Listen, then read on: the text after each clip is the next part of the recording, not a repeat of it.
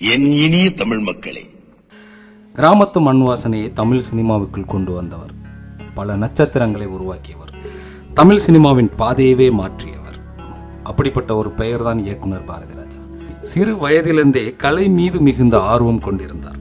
1977ஆம் ஆண்டு வெளியான 16 வயது நிலை திரைப்படம் தமிழ் சினிமாவின் வரலாற்றையே மாற்றியது. தமிழ் சினிமாவின் மண் வாசனை இயக்குனர் என்ற பெயர் பாரதிராஜாவுக்கு உண்டு. கிராமத்து வாழ்க்கையின் உண்மை முகத்தை காட்டினார். அன்பு, காதல், சாதி, குடும்ப உறவுகள், மனித உணர்வுகள் எல்லாவற்றையும் இயல்பாக திரையில் கொண்டு வந்தார். அவரது குரலும் உணர்ச்சிமிக்க நடிப்பும் தனித்துவமானவை.